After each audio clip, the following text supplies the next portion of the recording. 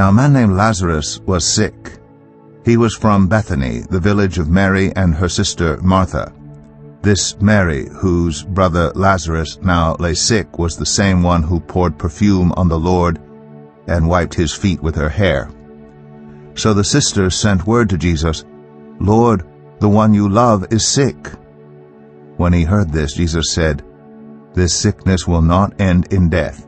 No, it is for God's glory, so that God's Son may be glorified through it."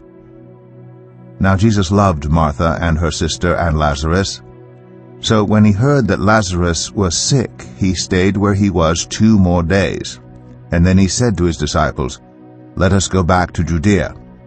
"But Rabbi," they said, "a short while ago the Jews there tried to stone you, and yet you are going back?" Jesus answered, "Are there not 12 hours of daylight? Anyone who walks in the daytime will not stumble, for they see by this world's light. It is when a person walks at night that they stumble, for they have no light." After he had said this, he went on to tell them, "Our friend Lazarus has fallen asleep, but I am going there to wake him up." His disciples replied, "Lord, if he sleeps, he will get better." Jesus had been speaking of his death, but his disciples thought he meant natural sleep. So then he told them plainly, "Lazarus is dead, and for your sake I am glad I was not there, so that you may believe. But let us go to him."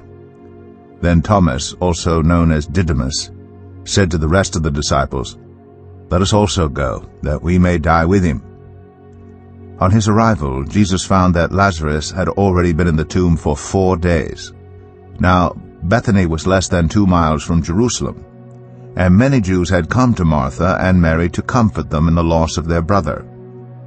When Martha heard that Jesus was coming, she went out to meet him, but Mary stayed at home.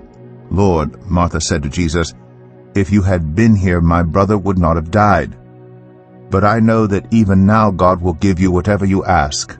Jesus said to her, "Your brother will rise again." Martha answered, "I know he will rise again in the resurrection at the last day." Jesus said to her, "I am the resurrection and the life. The one who believes in me will live even though they die, and whoever lives by believing in me will never die. Do you believe this?" "Yes, Lord," she replied, "I believe that you are the Messiah, the Son of God, who is to come into the world." After she had said this, she went back and called her sister Mary aside. "The teacher is here," she said, "and is asking for you."